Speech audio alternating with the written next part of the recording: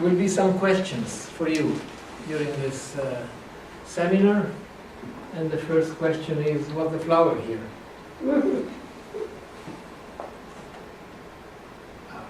We're talking about Mendel.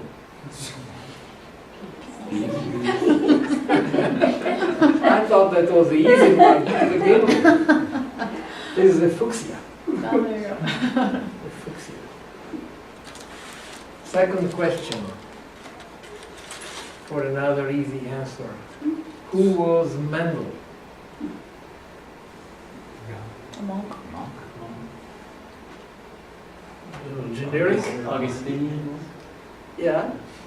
I mean, as a scientist, how would you say who was Mendel as a scientist?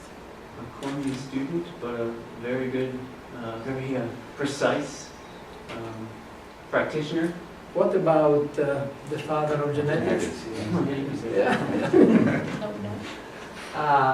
But if you ask who was Mendel as a person, the answer is more complicated because there is very little documentation about his private life, which is a little mysterious in a way, possibly because Mendel was an enigmatic character, a solitary character, timid and introverted, shunning publicity, with a preference for working alone, with some behavioral issues, as we shall see, but also stubborn, focused on his goals, and very determined to reach them. And according to his major biographer, Iltis, Mendel's was a sober mind. His thoughts were concerned mainly with concrete facts, and he had little inclinations for sentimentalism of any kind. Even physically, he was a rather ordinary figure. According to notes taken by one of his students, he was a man of medium height, broad-shouldered and already a little corpulent, with a big head and a high forehead, his blue eyes twinkling in the friendliest fashion through his gold-rimmed glasses. Almost always he was dressed not in a priest's robe, but in the plain clothes worn by members of the Augustinian order who worked as teachers. Frock coat, usually rather too big for him. Short trousers tucked into top boots. And Mendel's native language was German. And according to his ancestry, he was 3/4 German and 1/4 Czech. So a wonderful 3-to-1 proportion that would come back into his life at one point.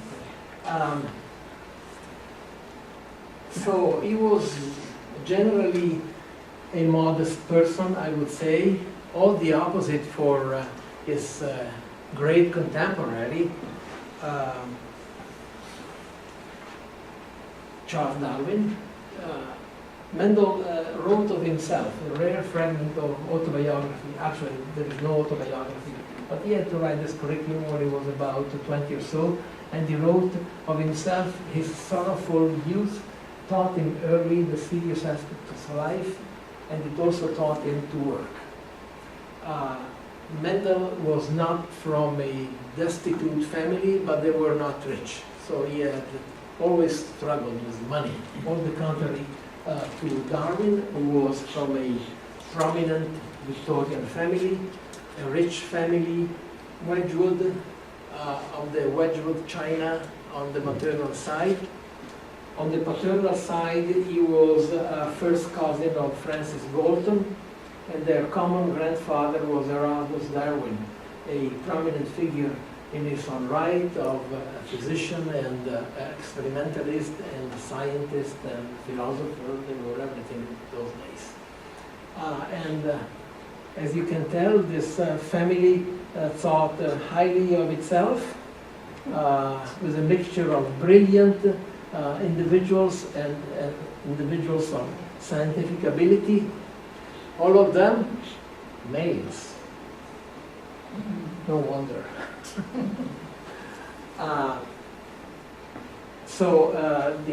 Darwin was independently wealthy. He could, he had all the time to sail the world, to collect evidence for his evolutionary theory, never had to worry about money. Mendel knew about Darwin.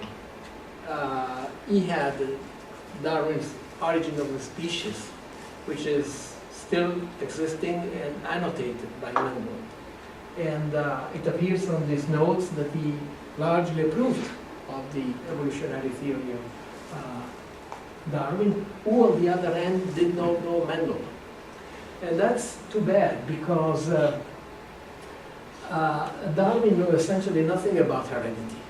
And he rather lazily went along with a blending theory of heredity, which not only was wrong, claiming that if you mix coffee and milk, you will have a cappuccino, but it was also contrary to his views on evolution. The two men probably never met, and I say probably because Mendel did travel to London once in 1862 with a group of other people from his country to visit the great exhibit of London in that year. Now, was Mendel a solitary flower growing in the desert? Not at all. He spent essentially all of his life in Moravia, which was and still is together with Bohemia, a region of today's Czechia, at the heart of Middle Europa, and at least at the time of the Habsburg Empire, which was Mendel's time. Now, Bohemia and Moravia, especially Moravia, were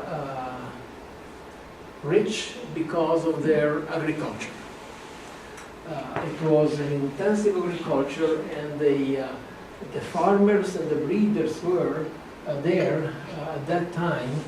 They were obsessed with getting better crops and better breeds, and they did that through essentially crossing different kinds, hoping to obtain better products, crops and animals, especially sheep, that were important because of their wool and for the industry of the textile industry in Brno, which was Brünn, which was the capital city of Moravia. In Mendel's day, a lively city of about 70,000. Today is much larger, still worth visiting even by non-Mendel's fans. It was dominated by the Spielberg Schloss, Spielberg Castle. Here today, it looks rather like a five-star luxury hotel, but in fact it was the worst of worst prisons in penitentiaries in those days, and it's a monument today that one can visit. It's no wonder then that a place like this in those days would attract scholars who were into botany, into breeding, into science in general, especially those related to agriculture. People like Josef Kohlreuter and Karl André, who were active in Brno in those days, based on the recently acquired knowledge that plants have sex. Kohlreuter proceeded to hybridization experiments, and in fact he obtained more or less the same results that Mendel would have obtained later on, except that he did not have he didn't realized that there would be need for a mathematical interpretation of these results, so he was never able to extract any loss from the experiment he was doing. In the same year, the cellular theory in plants was also being developed by Puccini and others, which helped understanding the role of germ cells in heredity, which was, you know, the big mystery of those days, because no one could figure out what was in the germ cells that would allow to reproduce the same characters in the parents when these were passed on to the offspring. Andrei was a more political figure, if you wish. He promoted the establishment of the Moravian Agricultural Society, founded the Sheep Breeders Society and the Pomological Association. Isn't it pomological? It's a beautiful word. I like it very much. He asserted the importance of hybridization in breeding practice and called for its better understanding through experimental work by, now listen to this, a researcher with a profound knowledge of botany and sharply defined powers of observation, who might, with untiring and stubborn patience, grasp the subtleties of these experiments, take a firm command of them, and provide a clear explanation. Isn't that the portrait of Mendel? When Andrei died in 1831, Mendel was 9 years old, so he could not possibly have any knowledge of this man. The other important factor in those days in the city of Brno was the monastery of the Augustinian order, the monastery of St. Thomas. Here is the monastery today. This is the garden where Mendel worked. This, I believe, is the entrance to the Mendelianum, the Mendel's museum.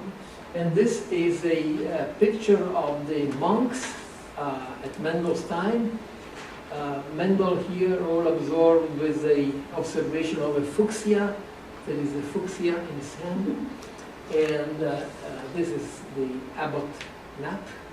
And all of these monks were teachers, philosophers, scientists, theologians, some of them free thinkers,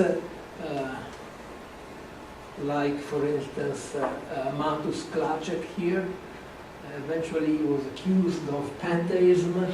I think he was expelled from the order and emigrated to this country at one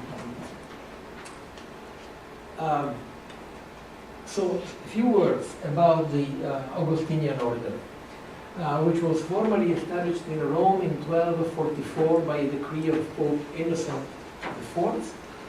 And the Augustinians were missionaries, were philosophers, theologians, teachers, and arrived in Brno early after their establishment in 1344.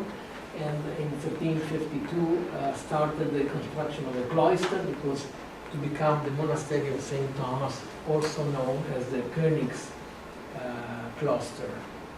Now, speaking about theologians, another question for you. The most famous theologian from the Augustinian order.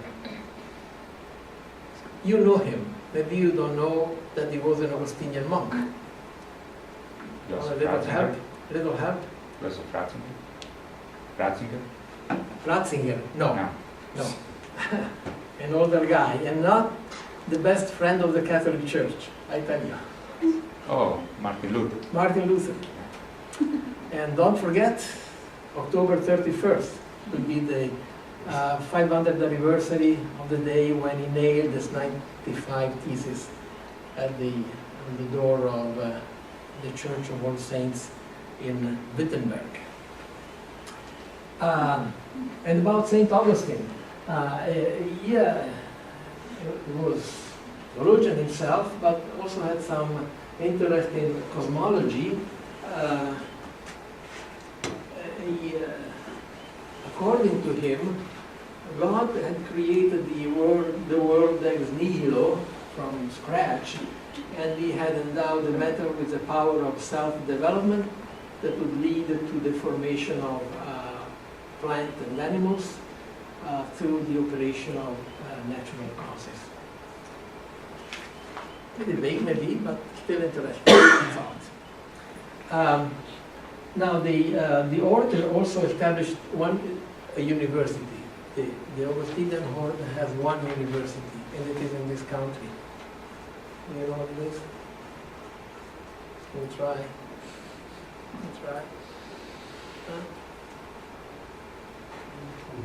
Villanova. Villanova is an Augustinian university named after St. Thomas of Villanova, was the one Archbishop of Valencia. And in fact, every year they have two Mendel symposia. One being day after tomorrow. And they will, this year's topic is the environment, and will be focused on the recent encyclical of the Pope about the environment.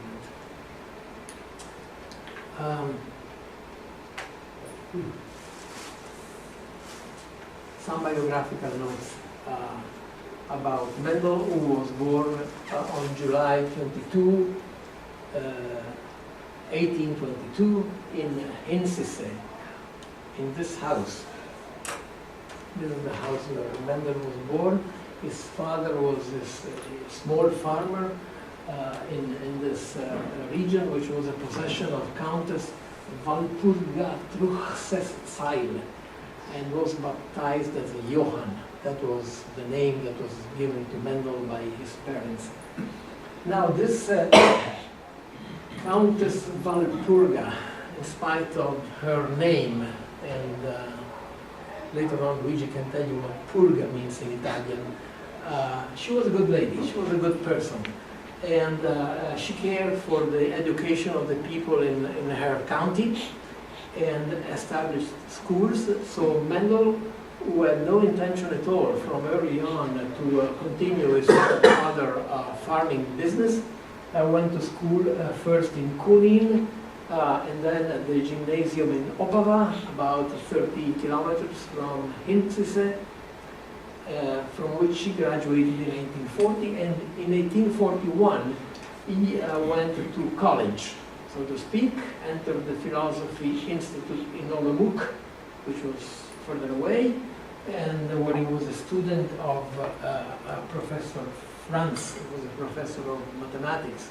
And Professor Franz recognized the sharpness of Mendel's mind and recommended him to Abbot Knapp for entry in the monastery of St. Thomas, which he did after 2 years of college in 1843, and initiated this novitiate under the new name of Gregor. In 1848, he was ordained priest and appointed as curate of the monastery parish. So he had to perform this kind of duties, to care for his flock. And here something happened. He simply could not do it. He could not care for the people of the parish, like, visiting the sick, comforting the moribund. Simply couldn't do it. And in fact, he had some kind of nervous breakdown. He was bedridden and had to be cared for about a month. So it was very clear that he could not perform in that role, and Abbot Knapp was quick to realize that, and he wrote this note to the Archbishop in Brno, who was a peer, because an abbot had the same dignity as a bishop, saying, "This collegiate priest lives a very retired life, modest, virtuous and religious, thoroughly appropriated to his condition, but at the same time, He is very diligent in the study of the sciences, but he is much less fitted for the work as a parish priest. The reason being that he is seized with an unconquerable timidity when he has to visit the sick bed or to see anyone ill and in pain. Indeed, this infirmity of his made him dangerously ill, and that was why I found it necessary to relieve him of service as a parish priest. And he moved Mendel to a new job, to a teaching job, and on 7 October of 1849, Mendel took the post of supply teacher of Latin, Greek, and mathematics at the gymnasium of another city in southern Moravia, Znaim. And here a second episode took place, which is interesting to remember. A supply teacher meant that it was a temporary role with a low pay. In order to become a full teacher, he needed to pass a habilitating exam in Vienna. And the exam consisted in, first, in 2 essays he had to write at home, and he had about 3 or 4 months' time to write those essays. One was on mineralogy, on rock formation. Another one was on the composition of the air and the origin of the winds. When these papers were submitted, they were found by the committee to be of sufficient quality for Mendel to sit the oral exam in Vienna. So he traveled to Vienna in the summer of 1850 to take this oral examination, which in fact was a written examination, but it had to be written up then and there. And again, there were 2 topics to cover. One was how to make a magnet from a piece of iron, and one was on the systematics of animals that we thought would be a good topic for Mendel. But he passed the first and failed miserably on the second. So he had to go back home. Why that happened, it's unclear. Anxiety, timidity, maybe another nervous breakdown he had when he was in Vienna. So that failed. But, as one says, every cloud has its silver lining.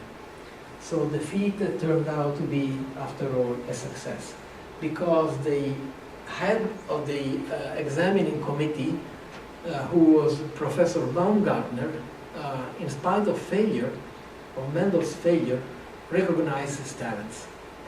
And he wrote to Abbot Knapp, recommending that Mendel be sent back to Vienna to study at the university and to prepare himself for taking the habilitation exam anew, which Mendel did. He went back to Vienna in 1950 and was there for 3 years, and there he studied under Professor Doppler, who taught him the principles of combinatorial theory and the theory of probability, as well as methods of experimental research. Doppler had just written a book that was in Mendel's sense of arithmetic and algebra. And another figure at the university in Vienna then was Professor von Ettinghausen, the author of a textbook of combinatorial analysis, and stressed the importance of the mathematical generalization of experimental results. That was very important for Mendel's later work. Other figures of influence at the time there were Professor Schleiden, the father, together with Schwann, Purkinje, and Virchow, of the cellular theory of plants and animals, authors of the principles of scientific botany that Mendel had bought and studied. and Franz Unger, who hypothesized that the then unknown combination of simple elements inside a plant cell determined plant heredity. So there was a start in a little bit of understanding of what was inside the germinal cells that would guarantee the transmission of the characters. And the famous quotation of Unger's was, "It is the task of physiology to reduce the phenomena of life to known physical and chemical laws that we know are written in mathematical language." The language that Mendel knew best, and that was key to the formulation of his laws.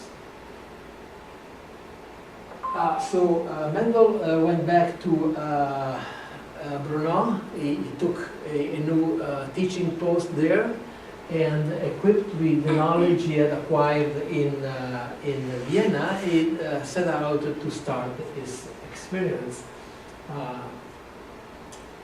I don't know if this quotation is authentic, but it is reported. This is not the part of the seminar, so we'll entirely skip all of his scientific contribution that were written up in this essay, which in the English translation is of about 95 pages. I have not read it, but if any of you wanted to do this kind of exercise, that would be very, very worthwhile. This is one of the 40 original handwritten copies. This is the printed version. Experiments in plant hybridization, that was read by Mendel to the Naturalistic Society in Brno in 1865 and published in the Proceedings of the Society in 1866. It took more than 100 years to discover that the wrinkled seed character of P described by Mendel is caused by a transposon-like insertion in the gene encoding the starch drenching enzyme, published in the Cell in 1990. So,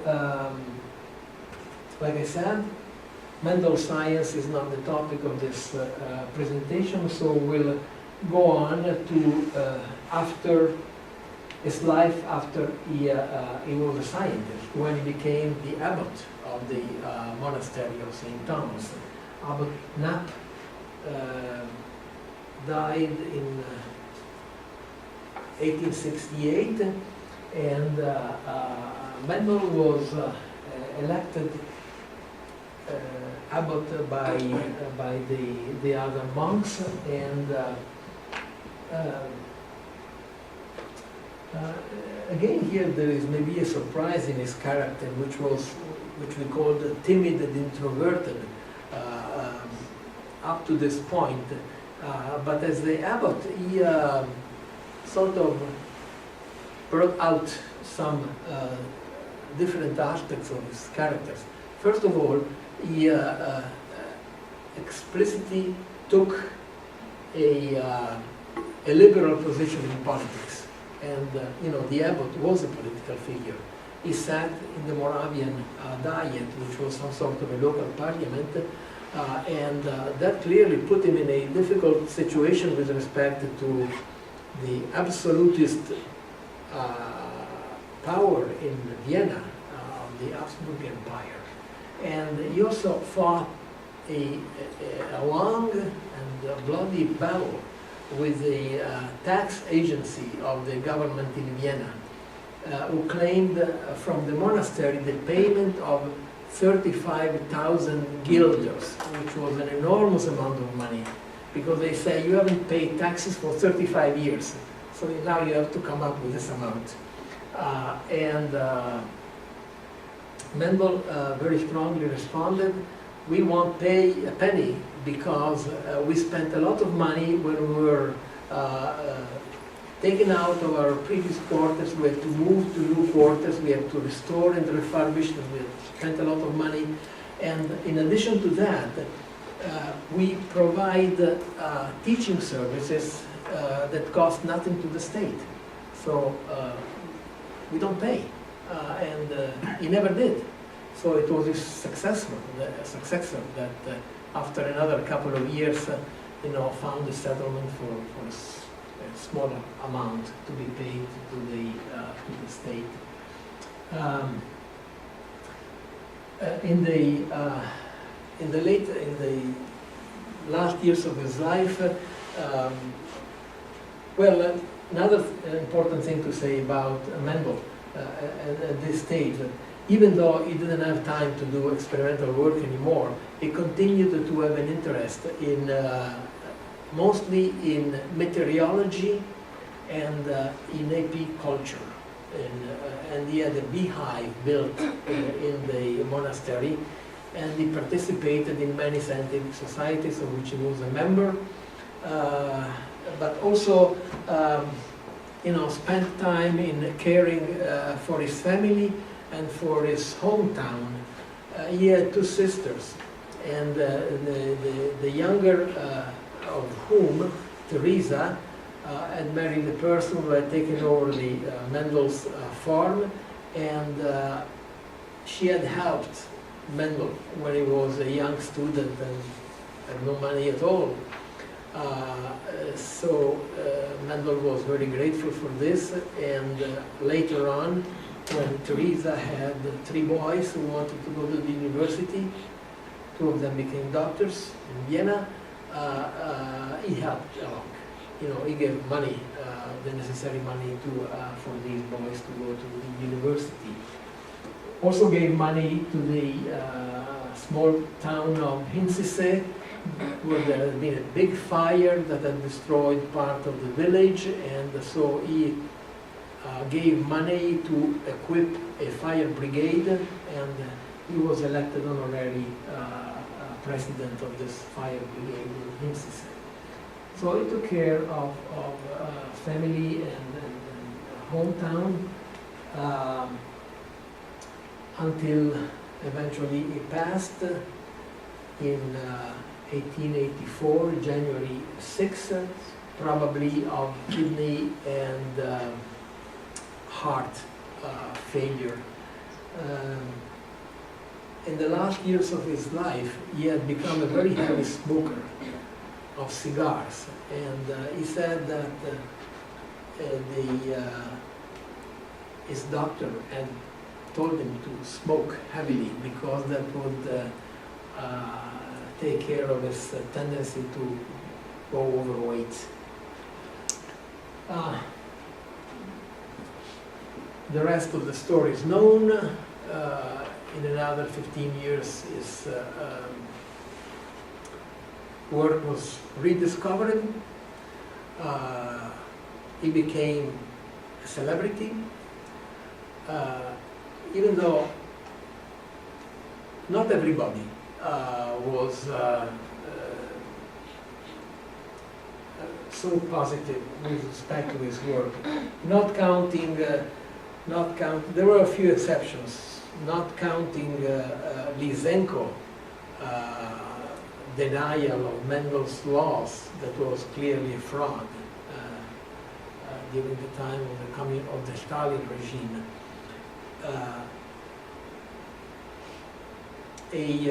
Ronald Fisher, who was a prominent and respected biomathematician in England, in 1936 published a paper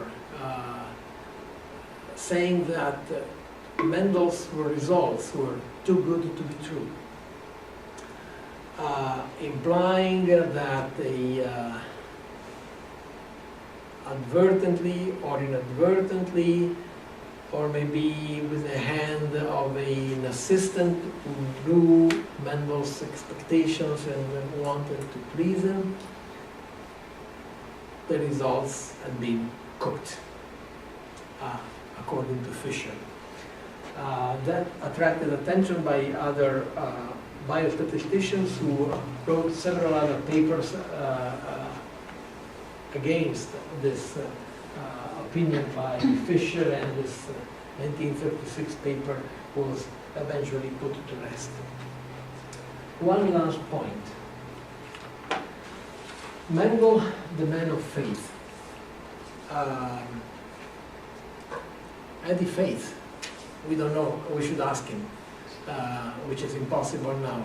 What we know is that he was a good priest, faithful to the Catholic dogma, faithful to the loyal to the Catholic Church, and I found this interesting last piece of evidence that I wanted to share with you. In the Gospel of St. John, chapter 20 or 21, there is the description of when Mary Magdalene, the first day of the week after Christ's crucifixion, went to the tomb of Christ and found it open. And she couldn't understand what had happened and asked a young person who was there, and she thought he was a gardener. In fact, here Christ is shown with a gardening tool, and she eventually recognized him as Jesus, as resurrected Jesus.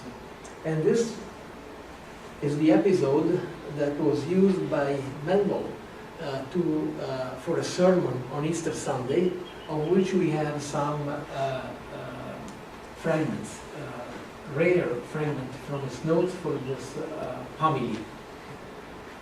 And it's interesting because it tells you how you could never forget this, being a scientific person. So he wrote the following: the gardener plants seeds of seedlings in prepared soil. The soil must exert a physical and chemical influence so that the seed or the plant can grow. Yet this is not sufficient. The warmth and light of the sun must be added together with rain in order that growth may result. And then handle the metaphor and consequence of this metaphor. The germ of supernatural life, the sanctifying grace, is put into the soul of man, and through the cooperation of man's goodwill and nourished by the supernatural food of the Eucharist, it develops and achieves perfection. I think this is a evidence that it was, in fact, a man of faith. And he is still celebrated as such. There is a monument now in the monastery that we can, of course, give recognition to his greatness, and we can conclude with his own words. So I have had to live through many bitter moments in my life. I must admit with gratitude that the beautiful and the good prevailed. My scientific work brought me much satisfaction, and I'm sure it will soon be recognized by the whole world, as in fact it happened. I owe largely in the preparation of this seminar to Orell's book, Gregor Mendel, the first geneticist. Orell owes in turn to Hugo Iltis, a Czech who emigrated to the United States before World War II, and who is probably the major, with Orell, the major biographer of Mendel's. This book is in the library, and if you want to go through it sometimes, it's certainly worthwhile. Okay, I'm finished.